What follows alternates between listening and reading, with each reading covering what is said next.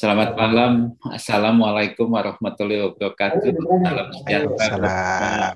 semua. Hari ini kita kedatangan tamu ini jauh dari Qatar. Selamat malam Dokter Iqbal Mukhtar ya. Selamat malam, Selamat Dok. malam, Kang Malam. Hadi. Ya, Selamat malam, para senior, para guru, teman-teman sekalian. Apa kabar semua? Selamat ya, malam. malam. Nah, saya juga mengucapkan terima kasih sudah bergabung guru besar, sejawat senior, dan praktisi juga ini. Ini terkesan mendadak memang, tapi mungkin yang mendadak itu yang enak ya. Jadi mungkin saya bacakan dahulu ini kenapa malam ini kita bertemu ya, Dr. Iqbal Mukhtar. Beliau domisili sementara ini masih di Qatar ya, Dr. Iqbal ya. MD, MPH, MOHS, wah banyak nih, diploma kardiologi, dokmed, PhD, SPOK, FR, SPH, wah banyak sekali ini ya. Bahwa pada dasarnya ini banyak teman-teman yang ada di sini nih, termasuk satu bidang nih, SPOK-nya, Dr. David ya. Selamat malam, terima kasih Dr. David sudah menemani, dan mungkin yang lain-lain penggiat juga di bidang yang sama, termasuk para senior di Tangerang ya, karena memang beliau Dr. Iqbal ini teman-teman perlu diketahui dulu keanggotaannya di Tangerang ya. Sampai sekarang, Kang Hadi. Sampai sekarang ya, mohon maaf ya. Iya. Aduh, bangga kita sama Dr. Iqbal ya. Dok, ini mungkin kita tidak membicarakan masalah kesehatan kerja, mungkin nanti bagaimana kita membicarakan nih tulisan dokter nih. Judulnya cukup menarik, menghibur 5 lelucon-lelucon yang ada di Ikatan Dokter Indonesia. Saya bacakan satu-satu ya, nanti mungkin dokter bisa menjelaskan apa sih sebetulnya maksudnya ya. Seru ini mencerna hiruk-pikuk lelucon seputar kasus Ikatan Dokter Indonesia. Hal yang pertama dari 5 itu adalah IDI itu memecat anggotanya. Kok yang ribut malah yang bukan dokter ya? Katanya mending IDI bubar saja. Nah, jadi premisnya karena memecat satu orang, satu organisasi mesti dilululantakan. Ya, jadi pengen tahu nih, kalau presiden memecat menteri, apa presiden itu harus dijatuhkan? Kalau DPR melakukan reshuffle, apa DPR-nya juga yang harus dibubarkan? Kalau partai politik memecat anggotanya, apa partainya juga yang harus bubar? Nah, ini ada pertanyaan situ sehat. Dr. Iqbal, silakan tanpa berpanjang-panjang nih, ada 5 sesuai Pancasila mungkin ya. Ini ayat pertamanya nih, mohon dijelaskan. Silakan. Nanti mungkin teman-teman kalau ada yang mau ini silakan saja ya, menimbrung, kita ngobrol santai ya setelah berbuka puasa. Kalau di Qatar belum nih. Belum ya. belum nih, ya, di Indonesia udah jam 8 malam. Silakan Dr. Iqbal. Ya baik, Kang Hadi, kita santai-santai aja ya. Jadi kita santai-santai aja. Jadi kalau misalnya teman-teman sekalian ada yang ingin mengajukan pendapat, komen, silakan diinterupsi, nggak apa-apa gitu ya. Jadi biar agak rame gitu ya.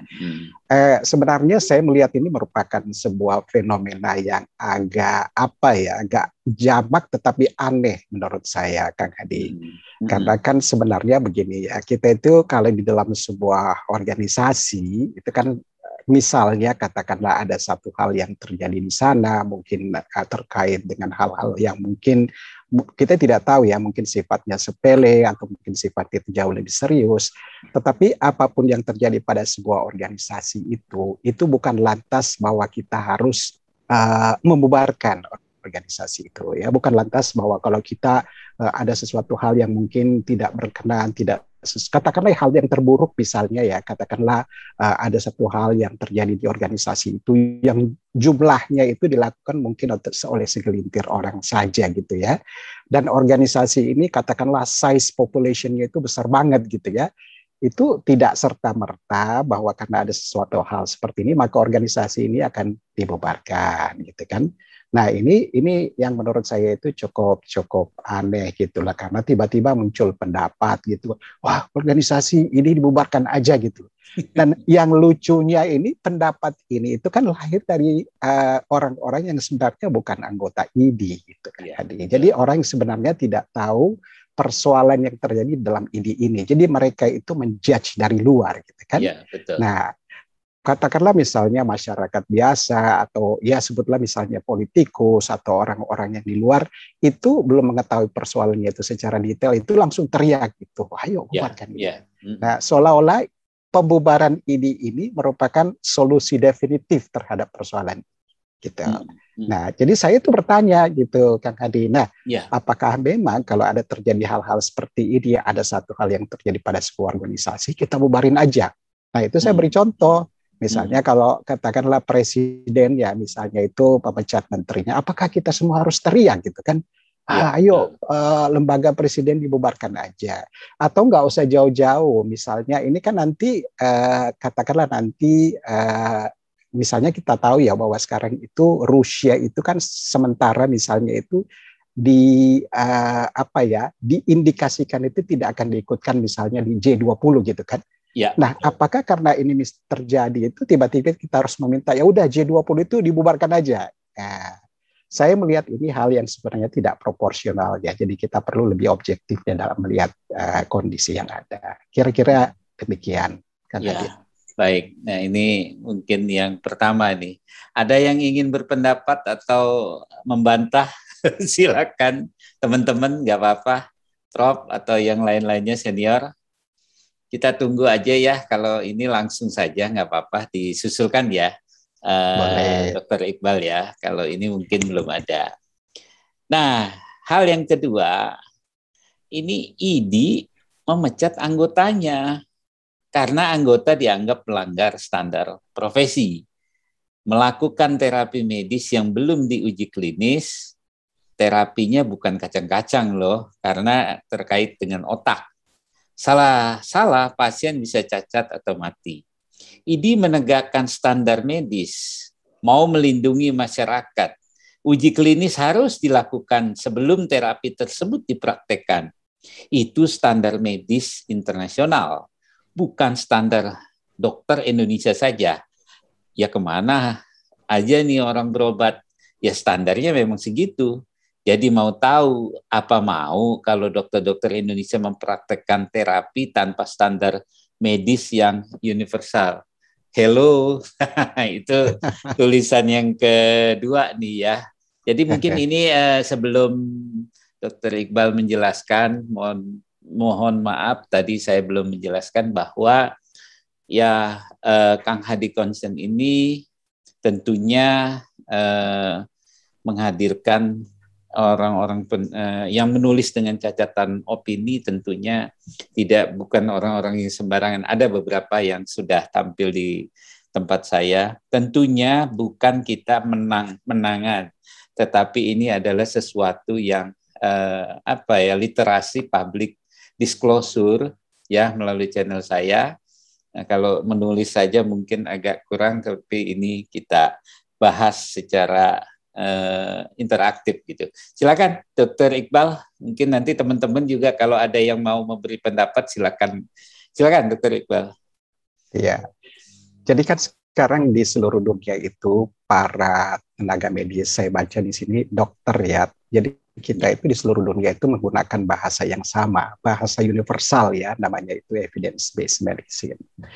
Kenapa kita menggunakan ini? Karena memang inilah yang merupakan standar kita, patokan kita, itu yang membedakan profesi yang luhur ini dengan profesi lain. Jadi kan di luar sana banyak profesi lain ya, jadi profesi macam-macam lah, ada profesi dukun, profesi paranormal dan sebagainya. Nah, apa yang membedakan profesi kita adalah kita itu melandaskan setiap kegiatan kita, setiap tindakan kita, setiap action kita itu pada evidence-based medicine, sesuatu yang memiliki basis bukti. Dan ini itu sifatnya universal seperti yang saya katakan, bukan hanya di Indonesia.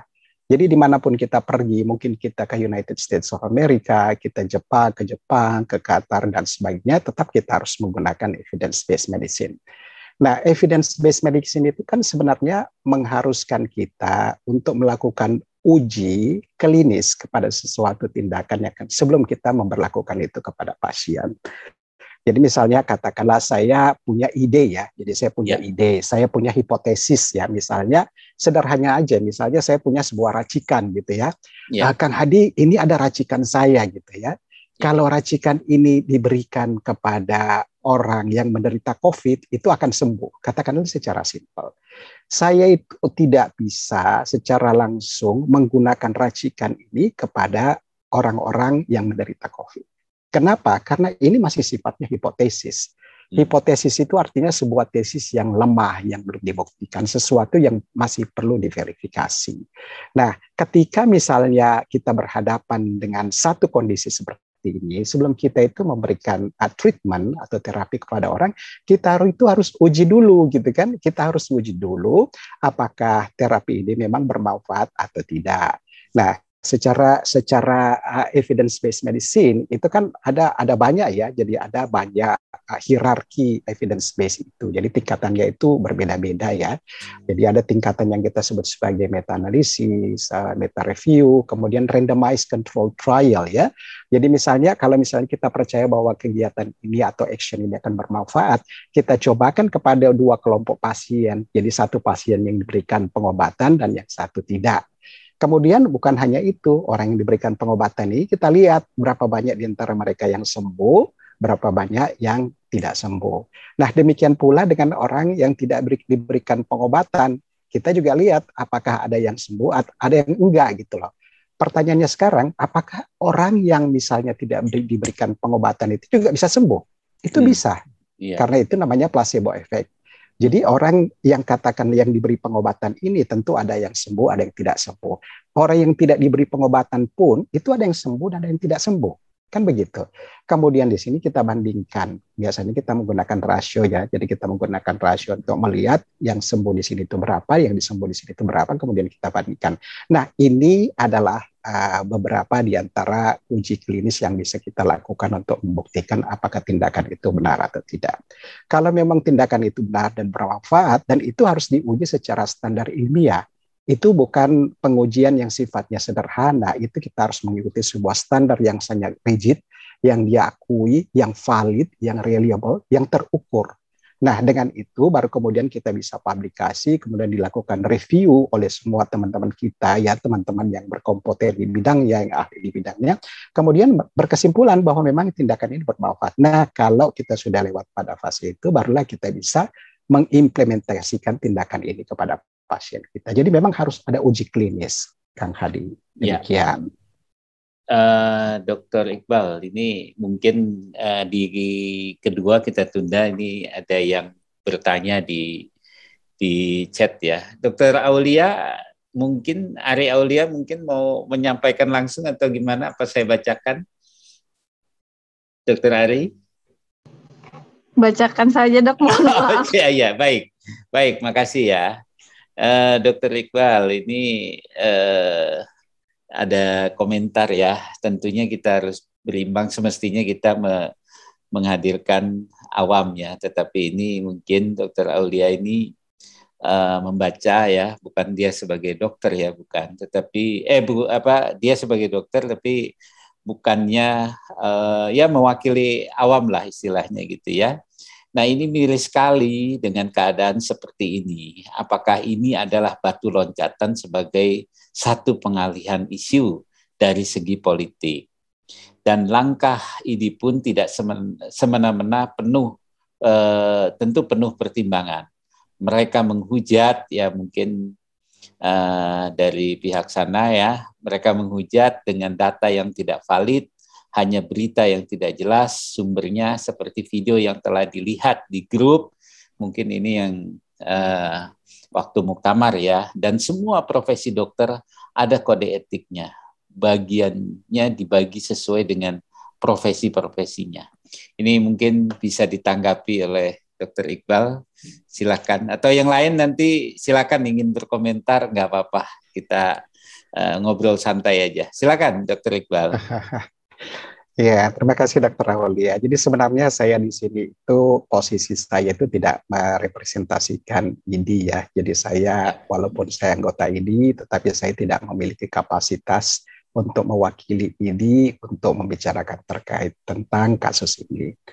Apa yang saya bawakan pada saat ini itu adalah sebenarnya pendapat pribadi saya sebagai seorang dokter itu yang telah dilatih untuk berpikir dengan menggunakan evidence-based medicine.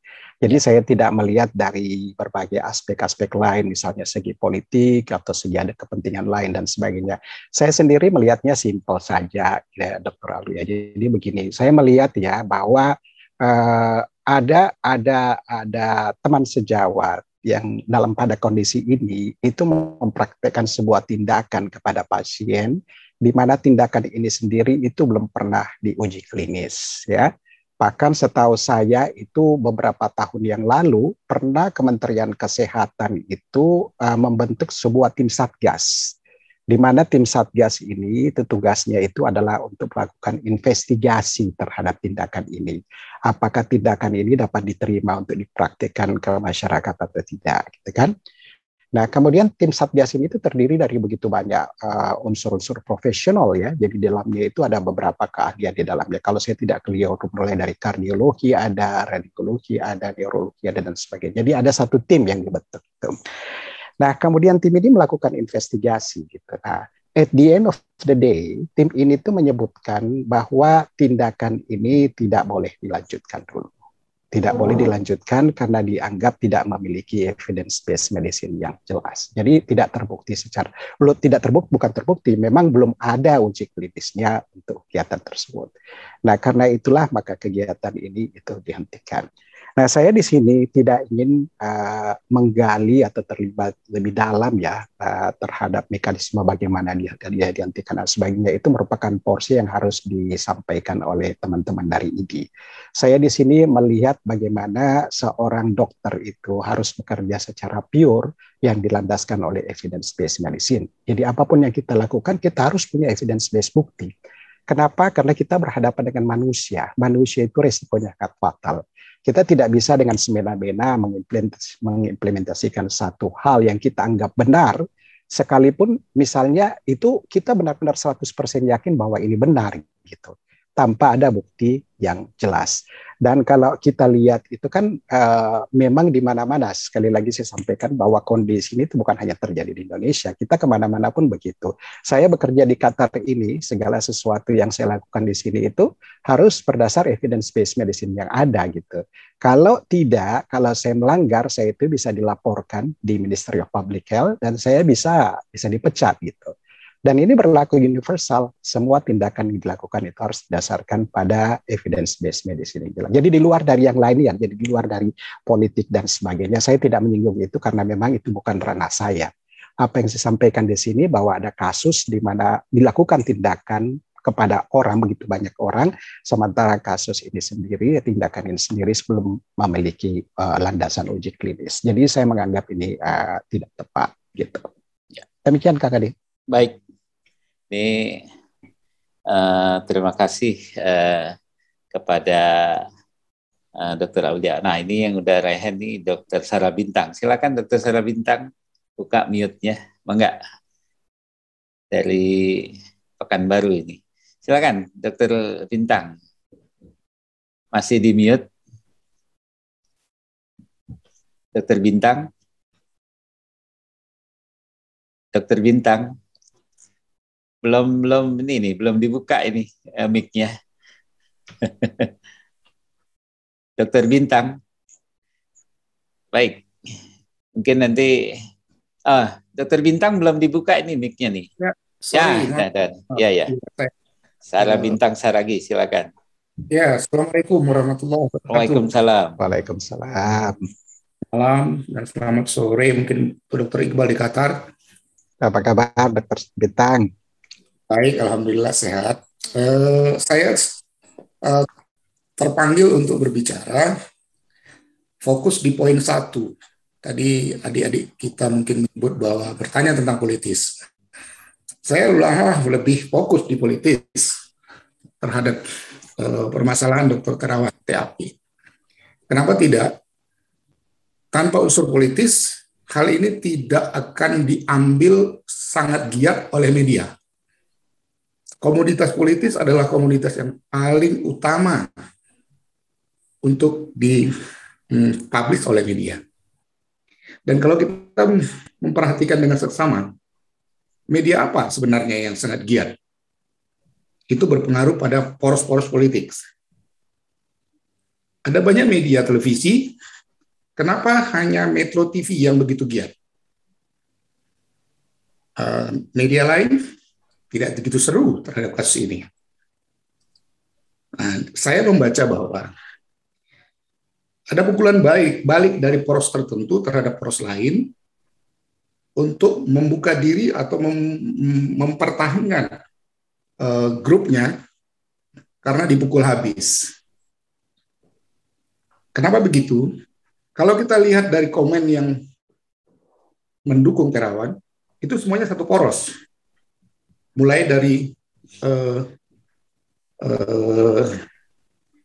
LBP, sorry saya bikin kode, kemudian beberapa menteri, kemudian dalam unsur pemerintahan, ada Abu Rizal Bakri. Ada beberapa yang lain bisa diperhatikan, dan kelompok DPR yang tersongket dalam hal ini adalah merupakan pasien-pasien dari saudara TS Terawan. Kalau yang dipecat itu dokter bintang kayak saya, nggak akan ribut di Indonesia. Saya pikir begitu Kang Adi ya. Tapi ini dokter Terawan kita bahas. Beliau sudah berbuat banyak untuk circle pemerintahan dan pejabat-pejabat negara. Dan itu berporos.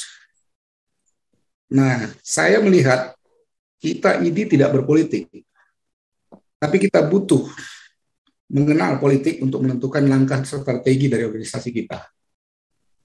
Nah, kita juga pribadi harus mempunyai kacamata politik terhadap sikap yang akan kita keluarkan atau kita bijaki dalam sikap hidup kita sendiri. Ini sangat penting menentukan langkah ini ke depan. Kondisi ini tidak dianggap main-main. Tidak dianggap sangat simpel. Topik satu. Karena kondisi ini akan mempengaruhi dari poros-poros politik yang akan berseteru nantinya untuk membuat regulasi ataupun membombardir ID sendiri. Kita harus menggalang poros yang bisa membantu dan menghadang serangan daripada poros yang sekarang membongkar sesuatu untuk menghantam sebenarnya bukan Terawan. Menurut saya bukan Terawan. Tapi ada di belakang itu, kalian harus tahu bahwa anggota atau orang yang kalian banggakan sekarang sudah dipukul oleh ID. Itu bahasa yang saya baca. Ya. Terima kasih Kang Adi. Ya, makasih Bang Bintang. Ya, terima kasih. Mungkin kita bacakan lagi ya. Nanti ada satu komen lagi. Tapi saya teruskan dahulu tulisannya Dr. Iqbal. Hal yang ketiga, ID itu memecat anggotanya karena memang dianggap melakukan tindakan terapi krusial tanpa uji klinis. Yang bukan dokter itu teriak, minta tindakan dilanjutkan. Jangan stop. Jadi pengen tahu nih, apa mau kalau semua dokter memberikan tindakan tanpa uji klinis ke pasien? Pokoknya apa yang dokter anggap masuk akal silakan lakukan. Wah ini bakal asik nih. Kita punya ratusan ribu dokter yang masing-masing punya banyak ide tetap terapi brilian, namun belum diuji secara klinis. Apa mau setiap dokter mempraktikkan uji briliannya ke masyarakat walau tanpa uji klinis itu ke pasien?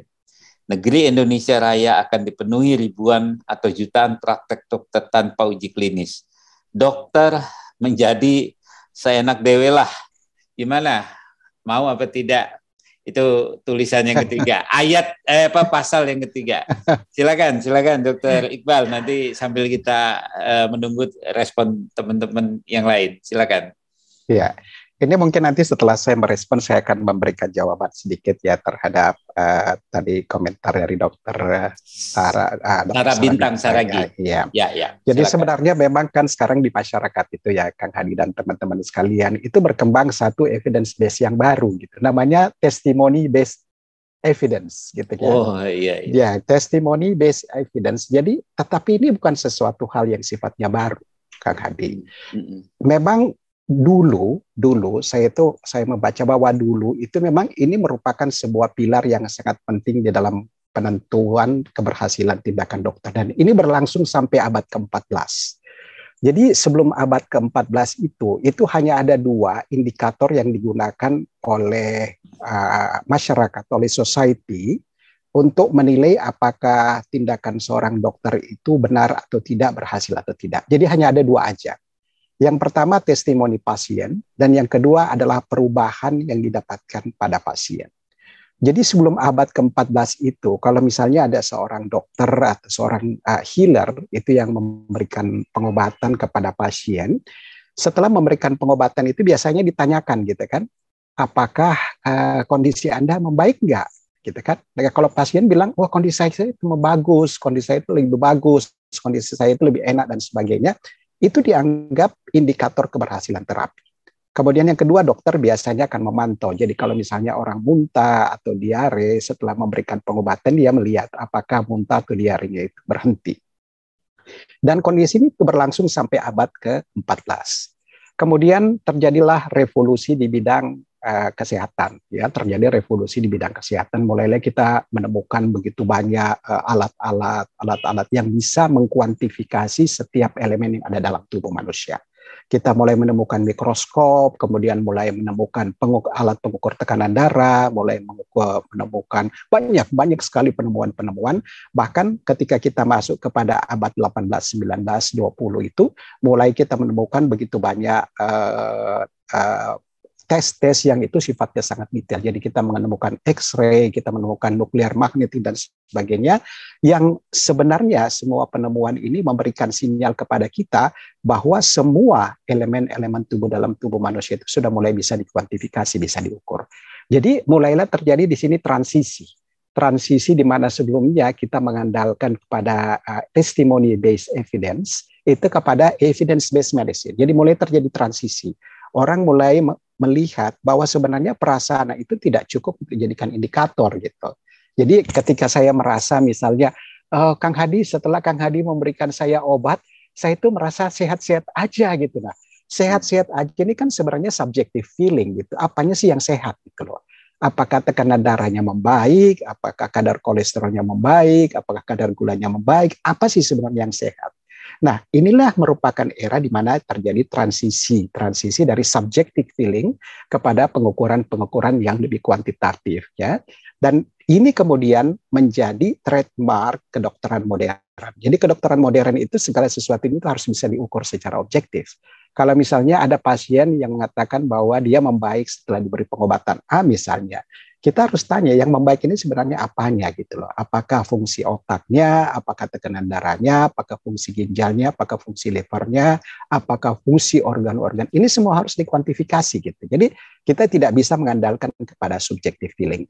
Nah, ini yang terjadi pada kondisi saat sekarang. Itu di masyarakat terjadi semacam perang ya, antara di satu sisi itu ada testimoni dari pasien, sementara di sisi lain dokter itu menuntut evidence based medicine. Nah, ini sebenarnya yang terjadi. Kalau misalnya seperti saya sebutkan di dalam tulisan itu, kalau misalnya kita memberi kesempatan kepada semua dokter untuk melakukan satu tindakan tanpa uji klinis, hanya berdasar feeling, subjective feeling dari pasien, dunia kedokteran di Indonesia ini akan dipenuhi oleh ribuan temuan-temuan yang dipraktikkan kepada masyarakat tanpa uji klinis. Saya misalnya di sini ya, saya misalnya di sini secara sederhana misalnya, saya bisa aja punya sejumlah hipotesis bahwa kalau misalnya orang makan katakanlah minum simpan aja ya, misalnya di sini kan banyak ya. Kalau misalnya Anda minum misalnya susu unta atau Anda minum air seni unta, itu akan bisa menimbulkan COVID. Ini hipotesis saya. Hipotesis saya ini, itu apakah bisa saya langsung implementasikan kepada orang tanpa uji klinis? Itu tidak boleh, gitu. Karena ini masih sebatas hipotesis. Tetapi ketika ini saya cobakan kepada orang, ada beberapa orang itu yang bilang, setelah minum ini, setelah minum susu unta ini, setelah minum air seni, saya merasa baik-baik aja. Kan begitu, gitu kan. Tetapi baik-baik saja ini tidak bisa merefleksikan kondisi ideal dan yang sebenarnya dari seorang pasien. Kita harus mengukur. Nah, pengukurannya itu harus dengan jelas gitu. Semua elemen yang tadi saya sebutkan itu kita ukur. Kalau baik-baik itu apanya sih yang baik-baik? Fungsi ginjalnya, fungsi jantungnya, fungsi otaknya, dan sebagainya. Nah, ini kemudian saya memberikan narasi tersebut untuk sekedar mengingatkan kepada masyarakat akan bahayanya kalau kita membiarkan ada satu tindakan medis tanpa dilakukan dengan uji klinis. Itu akan berbahaya gitu, akan timbul banyak kegiatan-kegiatan medis yang tidak dilandaskan oleh uji klinis. Nah, terkait dengan apa yang disampaikan oleh Dr. Sarah Bintang tadi disebutkan ada beberapa kemungkinan, yaitu hipotesis bahwa ada unsur politik, ada unsur ini dan sebagainya. Saya tidak ingin membahas itu, tetapi saya sendiri berpendapat sebenarnya kejadian yang ada saat ini sebenarnya sebuah momentum yang baik bagi ID. Kenapa momentum yang baik bagi ID? Karena dengan kondisi yang ada sekarang ini merupakan momentum bagi ID untuk memperlihatkan kepada masyarakat bahwa ID itu memegang sikap profesional, taat kepada etika, taat kepada asas yang berlaku. Dengan momentum ini, masyarakat itu jadi tahu gitu bahwa oh sebenarnya di dalam dunia kedokteran itu ada yang namanya evidence-based medicine gitu loh. Jadi dokter itu bekerja bukan hanya sekedar berdasar intuisi atau feelingnya gitu. Mereka memiliki standar, memiliki etik yang harus dipenuhi. Jadi saya melihat sebenarnya bahwa apa yang hal terjadi ini terlepas dari begitu banyaknya kecaman, saling kecam ya. Saya melihat ini sebenarnya sebuah momentum yang baik bagi kita, bagi para dokter Indonesia itu untuk memajukan, untuk mengeskalasikan bagaimana kita membangun sebuah kegiatan atau tindakan itu berdasar evidence based yang jelas. Kita mengajarkan kepada masyarakat bahwa kita punya standar ketika kita memberikan tindakan kepada mereka. Dan dengan ini juga saya yakin teman-teman ID itu menjadi lebih aware. Mereka kan lebih aware bahwa oh gini loh ya, sebelum saya itu memberikan tindakan kepada orang, saya itu terlebih dahulu melakukan serangkaian investigasi apakah tindakan saya ini bermanfaat atau tidak, atau melakukan uji bahwa tindakan saya ini bermanfaat. Jadi saya melihat di luar dari begitu banyak hiruk pikuk terkait kondisi yang ada saat ini, sebenarnya ini merupakan sebuah momentum yang bisa kita manfaatkan. Jadi ya seperti kita ketahui bahwa dimanapun kalau misalnya ada hal-hal yang kurang baik, selalu ada hikmah yang bisa kita petik di balik itu. Dan saya melihat ini momentum hikmah yang cukup bagus. Demikian, Kang Hadi. Ya, inilah selalu optimis bahwa ada hikmah di balik semua itu. Ada yang ingin memberikan tanggapan nih, saya belum masuk ke sila keempat nih, karena 5 lelucon ya. Di sini Dr. Ubeta, ya terima kasih Dr. Ubeta.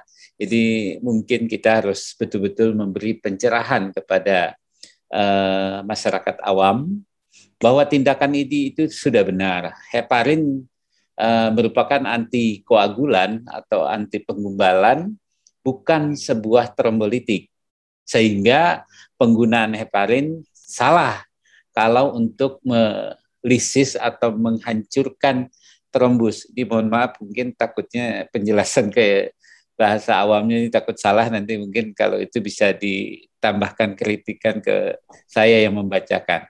Kalau penggunaan heparin digunakan untuk mencegah clotting atau pembekuan, berikutnya masih dapat dibenarkan sebelum pemberian trombolitik. Ini begitu ya, Dr. Ubeta. Apa ada mau menambahkan pernyataannya, Dr. Ubeta? Ya, silakan, Dokter Beta. Maksudnya sebelum, kalau diberikan heparin sebelum pemberian trombolitik seperti Alteplase atau RPPA masih dibenarkan, karena saya lihat jurnalnya juga yang melakukan itu. Oh iya. Jadi sebenarnya awalnya yang diberikan, tapi harus tetap diberikan trombolitik. Oh iya, maksudnya itu ya. Ya, terima kasih Dokter Beta. Mungkin nanti sama-samalah kita memberikan penjelasan kepada awam, karena ini begitu peristiwa ini terjadi, syukur ya IDI itu diperhatikan sekali ya. Betul. Nah itu tadi yang saya aja yang nggak biasa untuk itu malah protes ke saya, gimana sih baru pulang dari Aceh orang dipecat seenaknya, ini gimana sih kamu? Nah itu Dokter Iqbal, silakan Dokter Iqbal, mungkin mau menambahkan atau gimana, silakan.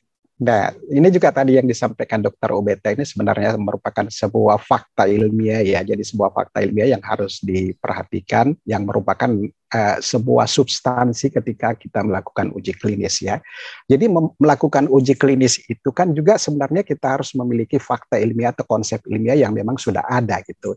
Jadi bukan ujuk-ujuk ya. Jadi semua kita melakukan uji klinis, misalnya saya mau menguji ini langsung ujuk-ujuk, enggak. Itu sebuah uji klinis itu sebenarnya harus terlebih dahulu telah pas pada tatanan konsep.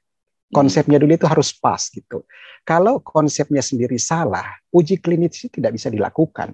Yeah. Nah, seperti tadi yang disebutkan oleh Dr. Ubeta, ini adalah sebuah fakta atau konsep klinis yang ada. Kalau memang ternyata, saya kebetulan bukan neurolog ya, saya bukan neurolog. Kalau misalnya fakta klinis yang disampaikan ini, itu ternyata bertabrakan, maka kita tidak bisa melakukannya gitu. Jadi kalau misalnya di sini disebutkan misalnya heparin itu merupakan antikoagulan bukan trombolitik, kemudian kita melakukannya untuk trombolitik, ini kan berarti kita menabrak fakta klinis yang ada, konsep klinis yang ada ya. Jadi sebuah uji klinis itu terlebih dahulu harus diaminkan. Sifatnya itu aminable pada tatanan konsep dulu. Kalau konsepnya, fakta ilmiahnya itu sudah clear, baru kita masuk kepada uji klinisnya. Nah, ini yang saya lihat yang disampaikan Dr. Ubeta ini, tapi terlepas ya dari apakah ini benar atau tidak, apa yang saya sampaikan di sini bahwa uji klinis pun kalau kita lakukan itu tidak bisa ujuk-ujuk. Harus punya konsep, harus punya standar ilmiah, harus sudah ada semacam hipotesisnya yang rasional. Bukan hipotesis yang irasional. Kita nggak bisa menguji hipotesis yang sifatnya irasional. Gitu. Tetapi itu sudah harus punya landasannya dulu, kemudian kita bawa ke tatanan uji klinis. Itu tanggapan saya. Iya, baik. Ini juga udah banyak bahwa Pak Pen tadi bilang, ayolah kita bikin partai yang sehat. Ini karena kita terus ditekan. Tapi ada juga Dr. Ari Aulia, kalau udah bentuk partai berarti kita kembali lagi ke politik. Mungkin optimismenya bahwa kita adalah organisasi yang betul-betul tegak, berdiri di atas evidence-nya bagus. Tetapi mungkin sayap-sayap dari organisasi ini yang secara afiliasi mungkin berafiliasi, tapi ketika ini ada yang memperjuangkan itu. Nah, perlu perjuangan memang untuk membela profesi dokter. Dari Dokter Rohma, ya organisasi profesi yang sangat menjunjung tinggi etika profesi dan jangan digeret kemana-mana. Gak apa-apa, kita kan ini beropini kan ya. Mungkin di sini saya menyapa dulu nih Dokter Iqbal, ada Dokter Hendarto nih, saya melihatnya. Oh, iya. Nah, mungkin Dokter Hendarto, selamat malam. Dokter Hen, apa bisa mendengar suara saya, Dokter Hen? Oh iya, Kang Hadi. Ini mungkin kenal kali ya dengan Dokter Iqbal ini. Waalaikumsalam. Satu grup WA. Apa kabar Dokter Hendarto? Halo, baik Dokter Iqbal. Ya. Sehat dok, sehat. Iya. Jadi saya mau komentari juga nih Dokter Hadi. Silakan. Ditodong. Kalau kurang pas ini komentar saya. Tapi yang saya mau tanggapi begini. Pertama, memang betul tadi dikatakan Dokter Sarah Bintang bahwa ini sudah masuk ranah politik. Jadi antara evidence based dengan testimoni based, jadi satu hal yang kita harus hati-hati membawakannya. Karena yang disebut masyarakat sekarang bukan masyarakat kebanyakan, tapi justru yang disebut dewannya masyarakat gitu ya. Jadi ada hal-hal yang terkait dengan peran serta fungsi dari dewan tersebut gitu. Namun dari fakta di lapangan, lepas dari itu ada dewan atau yang lain atau yang politik, dan juga tadi saya sudah dapat insight yang betul-betul dalam mengenai aduh, saya tadi barusan ngopi jadi agak ganjel dikit, maaf.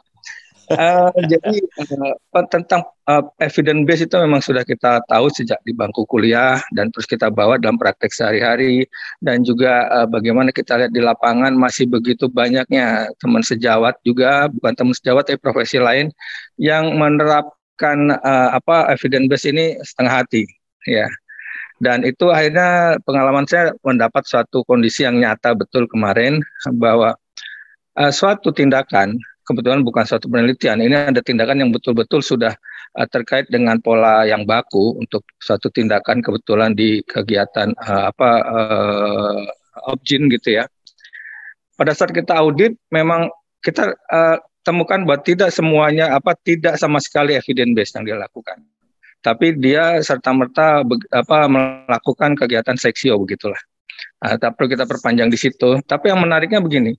Pada saat kita bilang, ini kenapa bisa dilakukan begini, yang diucapkan apa? Bahwa saya, kebetulan beliau itu juga seorang angkatan gitu ya. Beliau bilang bahwa saya punya patron, satu figur yang saya hormati betul, saya kagumi, yaitu Dr. TAP. Saya langsung sontak waktu itu. Lah, bayangkan kalau sekarang pola-pola pikir TAP ini menjadi figur, dan kebetulan beliau itu public figure.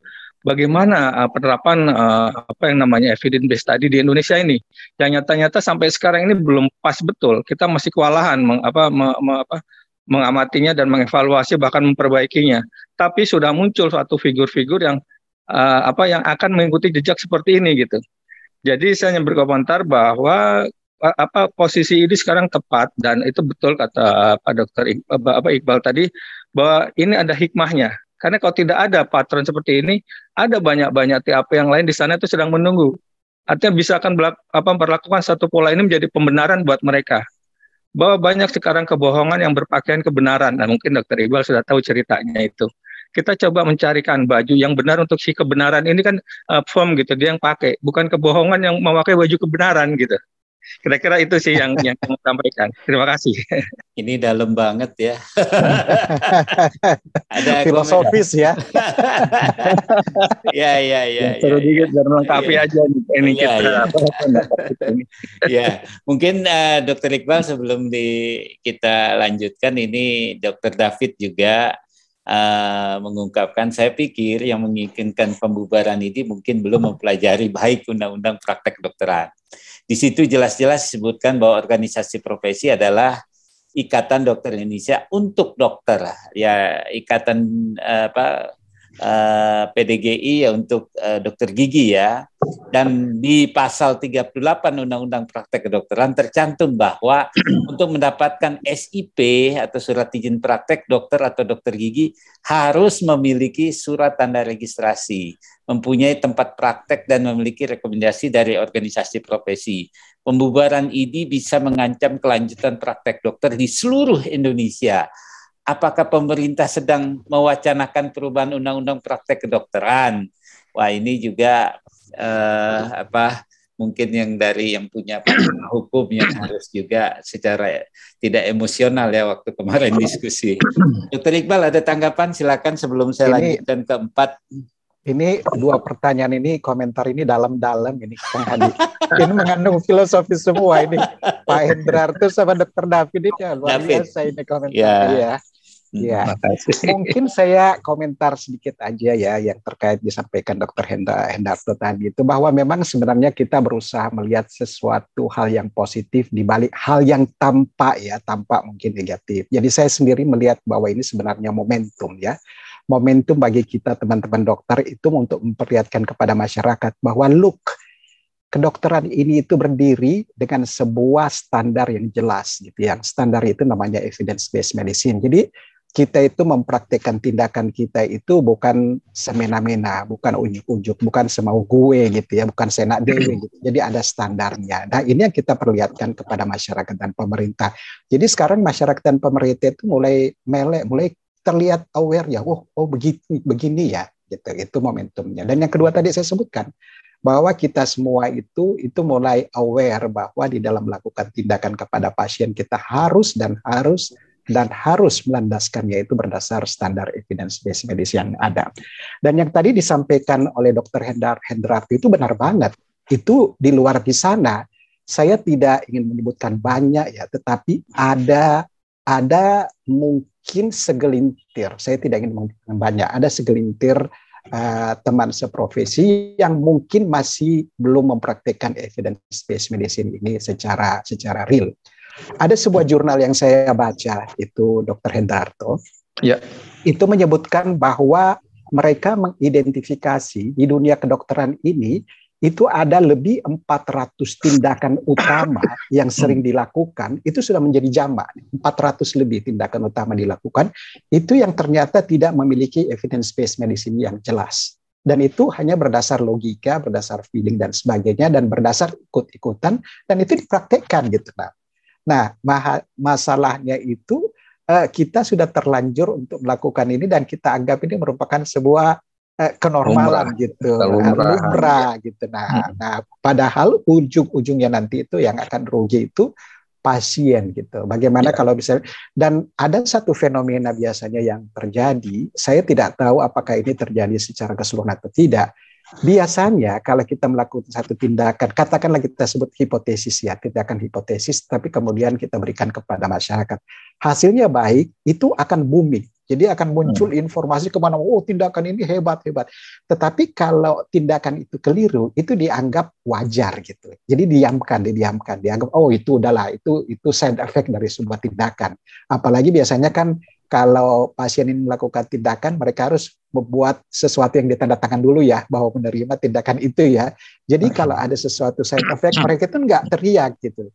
Tetapi kalau hasilnya itu bagus, itu mereka teriak. Ini kemudian memunculkan satu fenomena bahwa tindakan-tindakan yang sebenarnya masih dalam taraf belum diuji, itu ketika berhasil sedikit, mungkin karena placebo dan sebagainya, itu gaungnya menggema gitu. Nah, itu sebenarnya yang terjadi. Betul tadi yang disampaikan Dr. Hendrato itu, bahwa memang ini kesempatan bagi kita untuk kembali kepada back to the back gitu, kembali kepada basic kita, yaitu namanya evidence based medicine. Dan iya, dan ini juga dengan Dr. David ini memang saya juga setuju bahwa mungkin yang mengungkapkan narasi bahwa ini perlu dibubarkan itu mungkin belum mempelajari undang-undang praktek kedokteran. Nah, saya sendiri menganggap bahwa ini mungkin sekedar lelucon aja ya. Jadi mungkin mereka itu ya maksudnya ngomong aja gitu kan, mungkin karena emosi atau karena apa atau karena apa. Jadi yang mereka udah bubarin aja gitu ya. Saya sendiri yakin bahwa ini sebenarnya sesuatu hal yang sudah paten. Jadi itu kan merupakan sebuah organisasi profesi yang sudah diakui negara gitu. Jadi pembubarannya itu tidak mudah. Jadi menurut saya sampai pada tahap ini kita forget aja narasi yang bilang bubarkan ini dan sebagainya. Saya kira itu nonsens, itu fakta nonsens yang dikemukakan gitu. Itu nggak mungkin itu mau membubarkan dan sebagainya, karena itu kan berarti kalau mau membubarkan kita harus merubah undang-undang gitu. Jadi saya setuju dengan Dr. David bahwa memang sebenarnya sebelum kita melangkah kepada narasi yang lebih serius terkait pembubaran ini dan sebagainya, kita perlu mempelajari lebih baik dulu undang-undang praktek kedokteran, di mana posisi ini sebenarnya, urgensinya di mana, peranannya apa gitu. Jadi saya sendiri Dr. David sampai sekarang menganggap udahlah ini lelucon aja ini yang mau minta bubarin ini. Bukan cuma nggak tahu, mungkin mereka lelucon aja gitu, mungkin lagi lagi hilang kontrol atau apa saat bicara itu. Saya kira demikian. Ya. Terima kasih. Nah, ini kita berlanjut dulu ke pasal 4 ini. Leluconnya ini. Yang keempat, tulisan Dr. Iqbal bahwa IDI atau Ikatan Dokter Indonesia itu adalah organisasi profesi. sudah berdiri bahkan puluhan tahun ya. Cikal bakalnya itu para dokter lah yang memerdekakan negara ini, republik ini ya. Sudah matur tentunya. Tujuannya menjaga anggota profesi ini tetap bekerja sesuai standar profesional dan etik. Ini bukan organisasi massa, politik atau keagamaan. Tapi ini Dr. Iqbal kemarin kita saksikan, wah sama aja itu organisasi massa. Ya kita memang tunduk sama undang-undang organisasi yang dibuat perubahannya ya. Nanti ini juga mungkin harus dijelaskan kepada Kumham dan yang lain-lainnya. Pernah dengar ID hiruk pikuk dengan isu agama atau politik? Enggak kan? Jangankan itu. Berbisnis saja ID enggak. ID menjaga marwah profesional. Pure on profession. Bandingkan dengan IMA, Asosiasi Dokter Amerika, ya, yang asetnya bisa triliunan. Ini aset di Tangerang ini ember banyak. Ini mereka punya link dengan industri dan perusahaan farmasi. Mereka neko-neko, nggak kayak ID yang memilih garis lurus, memilih low profile dengan kebersahajaannya begitu, masih juga ID di kontrak dan dianggap unprofesional. Jadi pengen tahu nih organisasi profesional di Indonesia yang mana aja sih? Ada contoh nggak? Nah ini gimana Pak Iqbal ini, Dr. Iqbal? Silakan. Ya, jadi kita kan melihat bahwa ID kita itu sebenarnya merupakan sebuah organisasi yang sudah mature ya, sudah lama banget berdiri ya, 1908 kemudian 1928 itu benang merahnya ke sana gitu. Dan sepanjang hingga saat ini, ID itu tidak pernah memposisikan diri itu sebagai sebuah organisasi yang berafiliasi kepada keagamaan dan politik. Kita tahu itu gitu. Kita tentu belum pernah mendengar bagaimana ID itu melakukan katakanlah pernyataan sikap atau protes mendukung sebuah calon tertentu atau mendukung partai tertentu, itu tidak pernah gitu loh. Atau misalnya katakanlah ID itu secara formal mengumumkan bahwa kita berafiliasi kepada agama ini, itu tidak pernah terjadi dalam ID. Jadi saya melihat bahwa ID sebenarnya ini sangat low profile. Yang mereka lakukan itu sebenarnya hanya menjaga standar profesi teman-teman kita yang ada di organisasi ini. Nah, menjaga standar profesi ini kan sebenarnya keuntungannya bukan hanya bagi dokter, tetapi untuk masyarakat. Itu standar profesi itu dibuat agar supaya masyarakat itu terproteksi. Jadi istilahnya itu beneficent, non-maleficence. Jadi kan di dalam prinsip-prinsip etik itu kan ada prinsip etik. Dan dua prinsip etik yang paling penting itu adalah beneficent dan non-maleficence. Maksudnya apa? Kita di dalam memberikan tindakan itu harus terbukti tidak berbahaya, itu yang pertama, dan yang kedua itu harus terbukti bermanfaat. Itu standar etik yang nggak bisa dilepas itu. Nah, ketika kita menjaga standar profesi ini, kita melakukan tindakan menjaga standar profesi ini, sebenarnya kita menjaga masyarakat itu agar masyarakat itu tidak mengalami cedera, masyarakat itu tidak mengalami side effect, masyarakat itu tidak mengalami kerugian. Nah, sebenarnya di sini harus dilihat bahwa organisasi ini sebenarnya merupakan organisasi protektif. Jadi community protective organization, jadi organisasi yang memproteksi komunitas kita. Jadi dia nggak berafiliasi kemana-mana kan, nggak ke politik, nggak ke agamaan. Nah, kenapa sih dengan kondisi ini yang low profile ini dia itu mau di corner gitu loh, mau dianggap ini tidak profesional, ini berafiliasi kepada keagamaan, ini saya kira ini merupakan statement atau narasi yang kurang tepat ya. Kalau kita mau berbicara secara jujur, mari kita lihat perjalanan benang merah ID ini dari dulu hingga kini gitu Pak. Kalau memang tidak ada terbukti hal-hal yang terkait dengan seperti yang disebutkan tadi, maka tentu saja narasi seperti ini tidak perlu kita ungkapkan gitu. Nah, itu kira-kira Kang Hadi yang ingin disampaikan. Baik, ya ini memang DPR juga manusia ya. Dokter juga manusia, tapi dokter itu diselimuti oleh kode etik yang sebetulnya agak ribet buat orang lain untuk melihatnya, tetapi itu penting buat masyarakat sebetulnya. Ini ada Pak Suwandi. Saya bacakan, terima kasih atas penjelasan Dr. Iqbal yang cukup gamblang. Jangan sampai kita kembali ke masa lalu abad ke-14 terkait testimoni based medicine. Semoga kita bisa menyikapi dengan sabar dan baik. Dan ini mungkin salah satu sejawat, saya nggak sebutkan namanya, bahwa ribet amat sih. Memang sebetulnya testimoni based medicine itu dikenal ya lama-lama menjadi evidence. Kan kalau nggak memulai dengan testimoni ini gimana gitu loh. Nah sampai dia protes benar, ngerti nggak sih sebetulnya tentang evidence. Nah ini bagaimana nih penjelasan sebelum saya baca pasal 5 nih.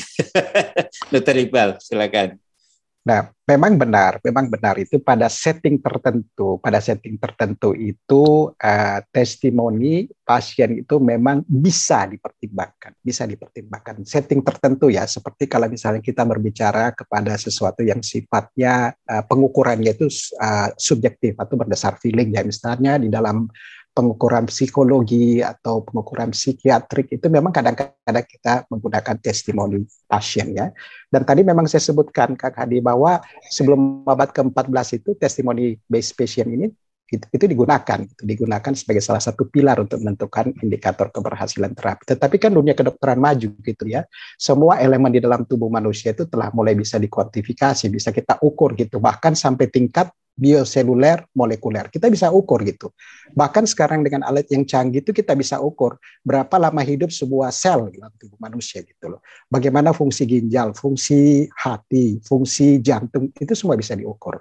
Nah, semua ini harus dikuantifikasi. Jadi kita tidak bisa hanya mendasarkan kepada testimoni saja. Itu terjadi transisi, jadi semacam metamorfosis, dan dari yang dulu kita mengandalkan kepada testimoni sekarang kepada evidence based medicine.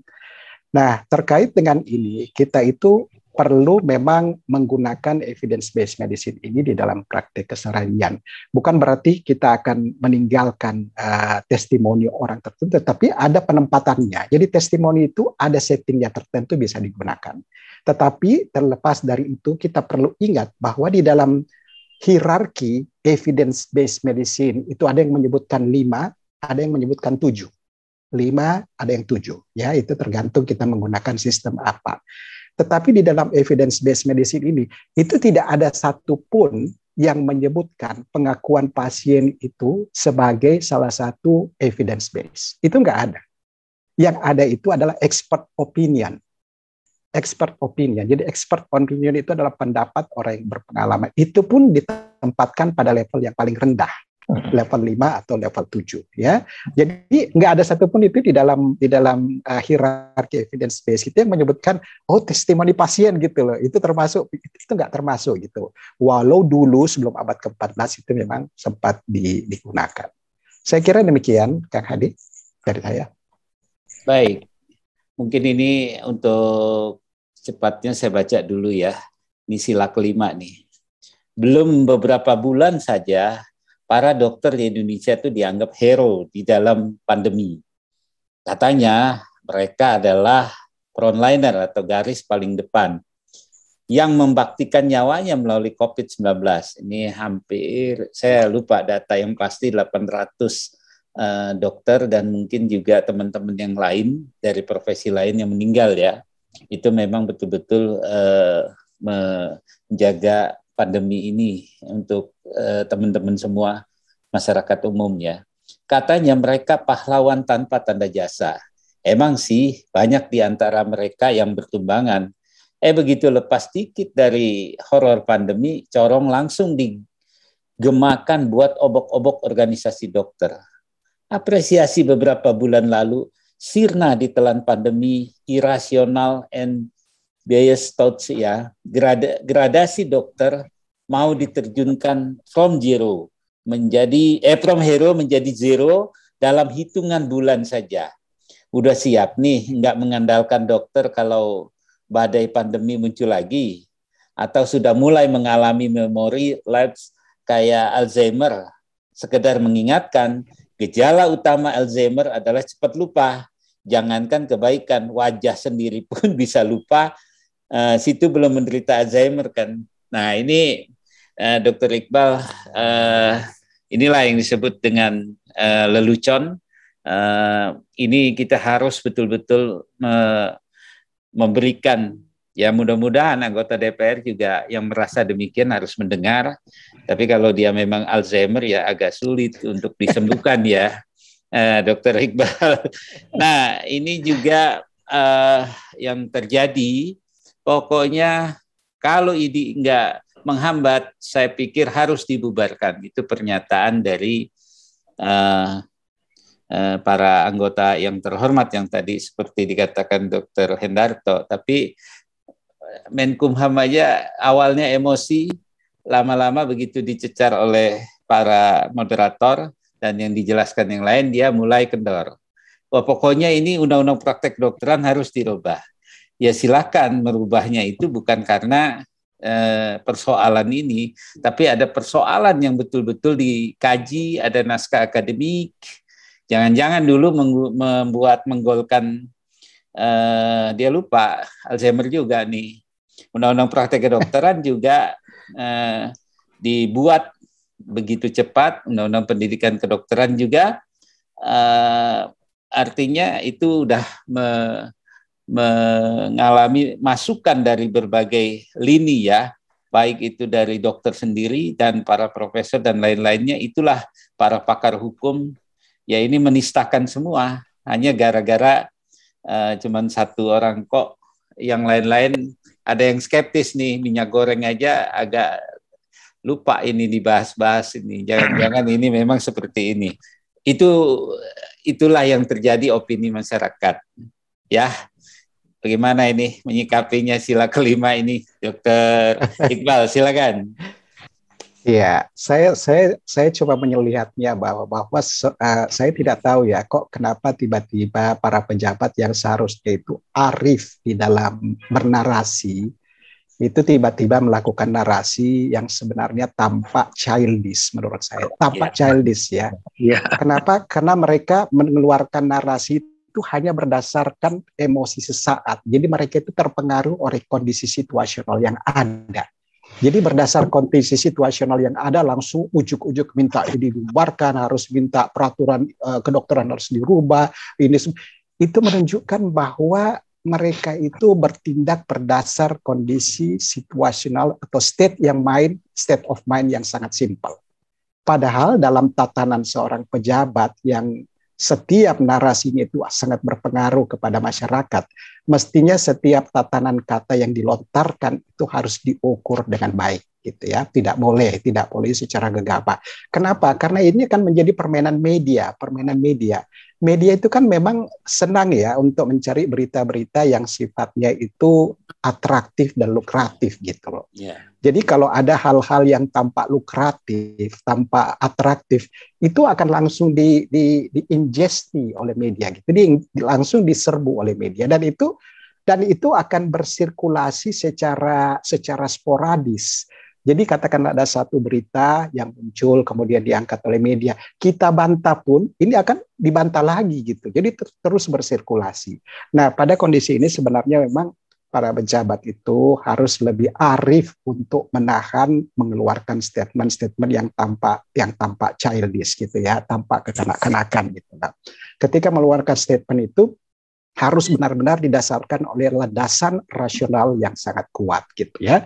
Jadi seperti tadi yang disebutkan oleh Kang Hadi, ketika ada keinginan untuk katakanlah merubah undang-undang tentang praktek kedokteran dan sebagainya, itu mestinya tidak didasarkan oleh adanya kondisi situasional seperti saat ini. Karena itu kan namanya berpikir secara seadanya ya. Itu mestinya didasarkan pada adanya kebutuhan, bahwa memang ada kebutuhan untuk merubah praktek undang-undang ini berdasar analisis yang sangat dalam, panjang, dan mendetail yang dilakukan oleh multiprofession, banyak orang-orang ahli yang kemudian menyimpulkan, oh ini memang sebaiknya kita lakukan revisi, baru kemudian kita melakukan revisi. Jadi bukan ujuk-ujuk gitu ya, ada kasus begini itu langsung mengungkapkan keinginan untuk begini dan untuk begini.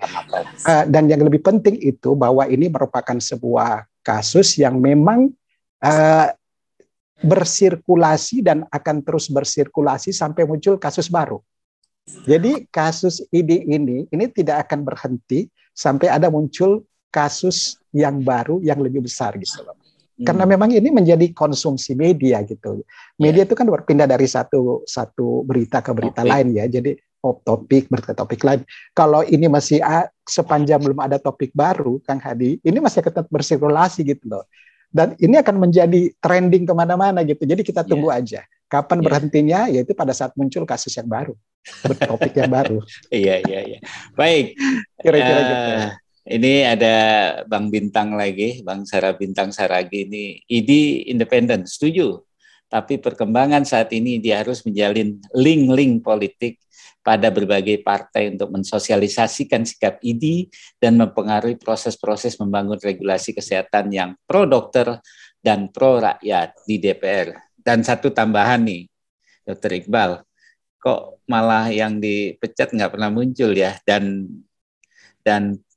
para yang terhormat juga tidak berusaha menemui atau dipanggil atau bagaimana. Kira-kira ini perasaan sikap sejawat yang ada sekarang ini, apa dia nyanyi terus atau gimana ya? Silakan Dr. Iqbal. Saya tidak mau berspekulasi ya, Kang Hadi. Saya tidak mau berspekulasi ya. Tetapi menurut saya mungkin pada saat ini saya berusaha berpikir positif ya. Mungkin saat ini tiap-tiap kita itu melakukan kontemplasi ya. Mungkin beliau melakukan kontemplasi, kita juga melakukan kontemplasi untuk melihat bahwa sebenarnya di balik hal yang terlihat agak hiruk pikuk saat ini itu sebenarnya ada momentum baik yang bisa kita petik. Nah, mudah-mudahan kontemplasi dari pihak teman sejawat yang kebetulan dipecat dan dari kita juga itu bisa nanti menemukan satu solusi yang lebih bagus yang pada akhirnya akan membuat ID itu makin baik, makin solid menjadi sebuah organisasi yang betul-betul menjaga marwah dan etika profesi ke depannya. Saya kira demikian, Kang Adi. Baik. Nah, ini saya buka dalam 15 menit kemudian karena Dr. Iqbal Mukhtar di sana siap-siap untuk berbuka puasa ya. Ada lagi tambahan mungkin teman-teman senior, guru besar, silakan. Silakan. Ada tambahan untuk kita bincang saja ini. Tidak ada masalah yang terlalu ini udah membahas kasus. Dan saya nyatakan bahwa Dr. Iqbal ini kalau menjelaskan kita udah bingung memutar-mutar, beliau langsung ketemu pattern-nya saja. Oh iya, sebetulnya itu yang saya mau ucapin. Ada lagi yang lain, teman-teman sejawat senior? Silakan. Ada yang mau menambahkan atau bagaimana? Silakan. Ini mumpung ini nih kita kesempatan ngobrol nih. Silakan yang lain. Oke, kalau begitu kemungkinan kita akan menyudahi pertemuan di malam hari ini di Jakarta dan sore hari ya di Qatar dengan mengucap syukur kepada Yang Kuasa. Oh ya, ini saya kedatangan tamu nih. Oh, mana ini? Prof. Wimpi. Tadi pagi bersama beliau ini. Silakan. Prof. Wimpi, mohon maaf, silakan. Baru kesapa ini. Silakan. Ada tambahan ini, Prof. Wimpi, silakan. Tadi kita juga ngobrol ya pagi. Menegakkan evidence-based medicine itu saja. Iya. Pesannya yang banyak dong, Prof. Wimpi, silakan. Kenapa? Pesannya yang banyak dong. Ya, saya kira teman-teman sekalian sudah jelas tahu bahwa evidence-based medicine harus kita tegakkan. Kalau ada yang masih meragukan, kebetulan saya sempat baca belum lama ini, ada yang menyatakan nggak perlu evidence-based medicine. Nah, kalau begitu ya jangan jadi dokter yang profesional. Iya. Evidence-based medicine tetap diperlukan. Kalau tidak ya akan terjadi ya tadi itu testimonial, ya beberapa contoh kan sudah ada tadi kebetulan dengan Dr. Hadi juga. Ya, siap Prof. Tadi pagi. Misalnya batu air batu ponari. Iya, ponari. Orang merasa sembuh. Iya, Prof. Mak Erod juga. Banyak Iya. orang katanya, ya. Tapi korbannya banyak. Apa? Karena memang tidak evidence-based medicine, tidak evidence-based. Iya, Prof. Jadi saya kira kita sepakat semua, para dokter yang profesional, kita harus evidence-based ketika penanganan kepada para pasien. Itu dari segi profesionalismenya. Dan dari segi etika, ya kita tegakkan etika profesi, etika kedokteran sebagai dokter yang benar. Saya kira itu, Dr. Adi, ya. Baik, Prof. Teman-teman. Terima kasih masukannya, Prof. Nanti Prof juga ini lagi dalam proses editing. Sama-sama.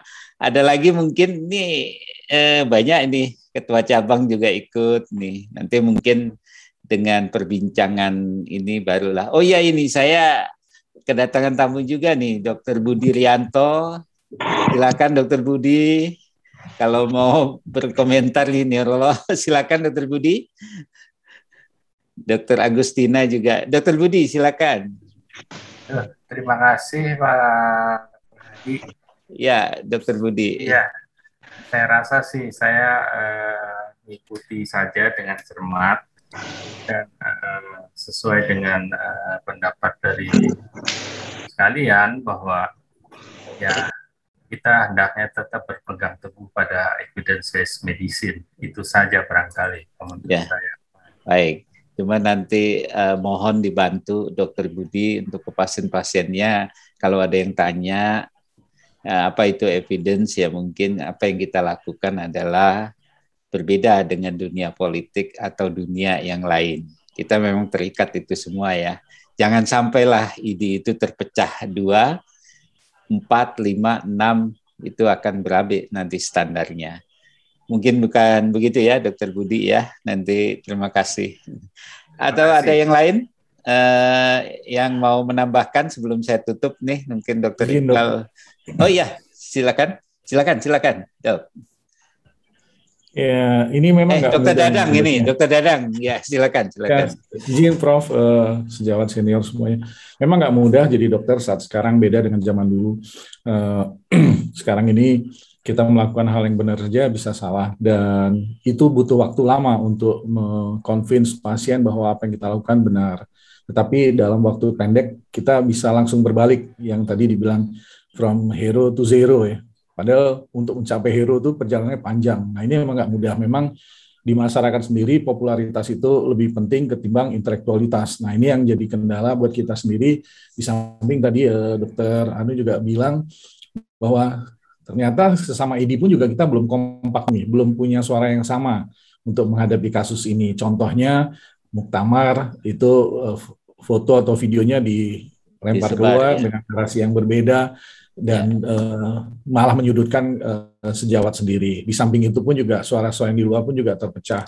Nah, tetapi saya setuju semua yang dibicarakan dengan Dr. Iqbal, tetapi mungkin ada koreksi sedikit buat kita semua bahwa memang ada hal yang saya tangkap di masyarakat bahwa terutama dokter-dokter yang ini kan kita juga kepedulian terhadap kita sendiri juga memang agak kurang ya. Misalnya untuk pemilihan apakah semua anggota di masing-masing cabang juga peduli dengan siapapun yang akan menjadi ketuanya, apakah mereka juga tahu perkembangan dengan apa yang sudah dilakukan kepengurusan.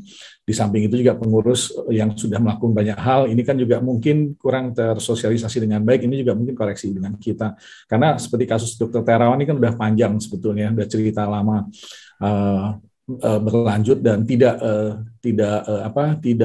diatasi dengan cukup baik, walaupun menurut saya sudah cukup bijak, tetapi tadi dalam perjalanan panjang tadi mungkin ini juga dikendala di beberapa pengurusan itu kan juga mungkin ada beberapa pelanggaran kode etik yang seperti Dr. Bintang tadi bilang, oh kalau saya mungkin nggak apa-apa. Nah ini di kita mungkin saya nggak tahu ya apakah harus punya jiwa korsa yang punya unity satu ya, bahwa kita nih dokter tidak melihat agama dan seterusnya, ini yang mesti kita kuatkan lagi. Saya nggak tahu ya, dulu ada pendidikan budi luhur, mudah-mudahan ini kan juga banyak dokter-dokter yang maaf ya, tanda petik ada yang nakal juga, ini kan kadang-kadang kita juga tidak cukup berani untuk tegas melakukan seperti halnya dokter terawan yang butuh waktu panjang untuk akhirnya kita memutuskan untuk memecat. Nah ini dalam perjalanan panjang itu juga mungkin ini koreksi buat kita semua untuk juga saling mengingatkan, menguatkan untuk bisa menapis hal-hal yang tidak diinginkan, yang tidak sesuai dengan evidence based medicine. Mungkin itu sih dok. Makasih dokter Adi. Mohon maaf kalau ada salah koreksi dari saya. Makasih. Ya, menguatkan dokter Dadang ini ketua salah satu ketua di cabang di Banten ya. Itu menguatkan, terima kasih. Mungkin sebelum saya tutup, ada lagi? Iya, dokter. Dokter Agustina, wah ini temennya dokter Iqbal ini, silakan. Halo, dokter Iqbal. Ya. Apa kabar, dokter Agustin? Baik, terima kasih. Saya cuman semoga harapannya ya dok, tadi hanya bercanda aja kalau IDI itu dibubarkan ya dok. Sedih banget kalau itu benar-benar terjadi gitu. Semoga kita tetap solid gitu ya, apapun semuanya saudara kandung dan mengambil hikmah dari semuanya ya dok. Semoga masalah ini cepat selesai lah gitu dan kita berkarya lagi, tidak berpusat dengan bahasan-bahasan yang tiap hari kayaknya cukup lelah juga ya. Lelah ya. Baik. Dan jangan sampai berujung kita pecah. Ya, terima kasih dok. Selamat malam. Malam, terima kasih. Dokter Agustina ini menguatkan juga ya untuk teman-teman yang lain. Ada lagi mungkin sebelum saya tutup? Ada teman-teman silakan. Para guru senior, para guru besar, ada? Mungkin saya minta nih Dokter Iqbal dari Prof Satya, bersedia Prof Satya? Prof Satya Negara? Izin Prof. Baik, mungkin kita sudahi. Dokter Iqbal, mungkin saya minta nih pesan-pesannya untuk kepada masyarakat dan juga kepada internal anggota Ikatan Dokter Indonesia. Tentu ini sangat kita perlukan. Silakan Dokter Iqbal, beberapa menit nih. Silakan. Ya, mungkin kepada masyarakat yang pertama barangkali saya perlu sampaikan bahwa para dokter itu bekerja keras untuk bukan hanya memberikan treatment yang baik kepada pasien, tetapi juga untuk make sure bahwa setiap treatment yang diberikan kepada pasien itu memang bermanfaat dan tidak memberikan hal-hal yang negatif atau membahayakan. Itu yang perlu kita sampaikan kepada masyarakat, bahwa dokter itu bukan bekerja tanpa dasar. Jadi mereka bekerja itu dengan standar profesi medis yang jelas, dengan standar etis yang jelas. Karena memang mereka itu deal dengan nyawa manusia, dan karena itu kadang-kadang mereka itu rigid ya, kadang-kadang mereka itu terkesan kaku di dalam memegang prinsip ini. Itu karena mereka memang harus make sure bahwa apa yang mereka lakukan kepada masyarakat itu sama sekali tidak memberikan bahaya dan benar-benar bermanfaat bagi mereka. Jadi kalau misalnya katakanlah kita di dalam kondisi seperti yang ada saat ini, kita sementara ada hiruk-pikuk seperti ini sebenarnya upaya dari dokter itu untuk mempertahankan bahwa mereka tetap berada on the real track. Mereka itu berada di dalam track yang lurus terkait dengan standar profesi dan standar etik. Itu kepada masyarakat, jadi mohon dihargai kalau ada upaya-upaya dokter untuk melakukan hal seperti ini, itu semata-mata bukan untuk kepentingan mereka sendiri, tetapi juga untuk kepentingan masyarakat. Dan kepada mungkin teman-teman sekalian, guru-guru saya, teman-teman senior yang terhormat, saya kira memang apa yang terjadi saat ini merupakan sebuah momentum yang ingin membawa kita untuk kembali ke barak kita. Jadi back to barak, istilah tentara ya. Jadi kita kembali ke barak kita, bahwa barak kita itu sebenarnya evidence-based medicine. Dan inilah yang sebetulnya membedakan kita dengan profesi-profesi lain. Kita mempraktikkan sebuah standar evidence-based yang terbukti secara ilmiah, secara valid, secara akurat, dan ini kemudian kita secara confident terapkan di masyarakat karena kita memiliki landasan bukti yang kuat. Jadi dengan kondisi ini, mari kita semua lebih banyak kembali kepada evidence-based medicine, kita praktikkan tindakan-tindakan kepada masyarakat yang betul-betul didasarkan oleh asas-asas studi yang memang telah membuktikan bahwa tindakan tersebut bermanfaat. Jadi jangan lagi kita melakukan tindakan yang berdasar intuisi, berdasar feeling, tanpa dasar yang jelas, karena ujung-ujungnya itu kita akan melukai atau merugikan masyarakat. Dan kita perlu ingat bahwa sekecil apapun kesalahan yang kita lakukan kepada masyarakat, baik itu terlihat maupun tidak terlihat, terdeteksi atau tidak terdeteksi, itu akan kita pertanggungjawabkan di hadapan Tuhan Yang Maha Kuasa nanti. Sekecil apapun yang kita lakukan terhadap pasien, kerugian apapun, itu nanti akan kita pertanggungjawabkan kepada Tuhan di hadapan Tuhan Yang Maha Kuasa. Jadi ada unsur etika moral yang harus terus dijaga di dalam menjalani kegiatan keseharian kita. Saya kira demikian. Ya, terima kasih Dr. Iqbal Mukhtar. Dari 5 lelucon ini, lelucon-lelucon yang dialami oleh Ikatan Dokter Indonesia, ada hikmah yang harus kita renungi, kita ambil bahwa ini adalah kontemplasi buat Ikatan Dokter Indonesia juga, bahwa masyarakat juga harus kita lebih bawa untuk mengerti bahwa kita nggak sembarangan, kita juga seperti tentara yang terikat dengan tali-tali etik, juga disiplin dan hukum. Tapi etik itulah yang mendasari yang paling utama. Mungkin itu pesan untuk masyarakat dan juga introspeksi juga buat Ikatan Dokter Indonesia, bahwa Ikatan Dokter Indonesia bukan hanya sebatas pengurus. Mungkin tadi juga ada pesan juga kalau bisa dari Dokter Dadang, kalau bisa para pengurus juga turun ke bawah di sisi-sisi dokter di mana bertugas, ya bisa di rumah sakit, klinik, dan mungkin yang lain. Tadi juga ada pesan juga dari Dokter Hendarto, ya sama-sama bawa baju kebenaran, tetap berselimutkan pada orang yang benar, jangan dipakai untuk pada sesuatu yang tidak benar.